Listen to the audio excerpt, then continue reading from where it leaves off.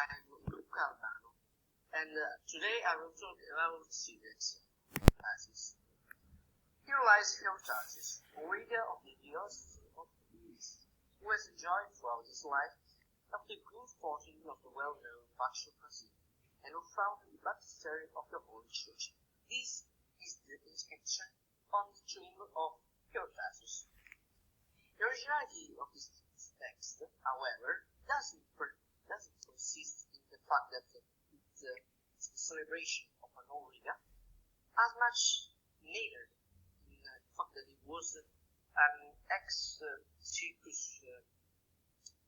ex-worker in a circus, which was a common thing, but in a Christian context in which it was belonged. So, yeah, there are other examples of inscriptions celebrating the readers or workers from the circus, but it's the Christian context who characterizes this inscription. Next, there's Thomas. Okay, I'll be talking about the inscriptions we have in Rome. We have two inscriptions and about the presence of the Eastern foreigners.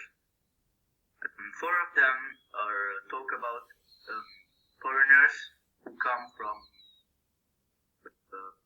Antioch, and six of them talk about the foreigners who come from Apamea. In the inscriptions are pretty. In these inscriptions, we find foreigners only in Jewish inscriptions and Christian inscriptions.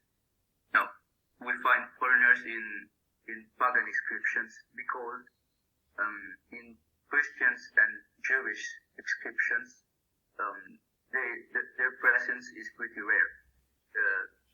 Their presence is pretty rare because Jewish and Christian people thought that these foreigners selling slaves, so they're not really mentioned in their inscription.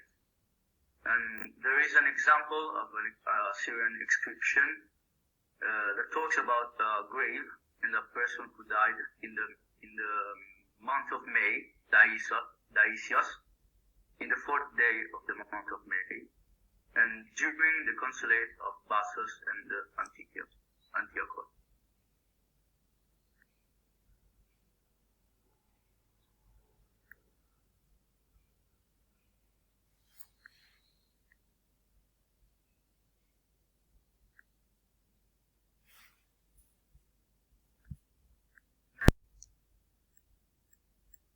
Foreigners in Europe are Syrian, Jews and Greek. The Greek were the most numerous and were doctor and athletes. The doctor was a good job because he was paid well. On the contrary, athletes, it wasn't a good job.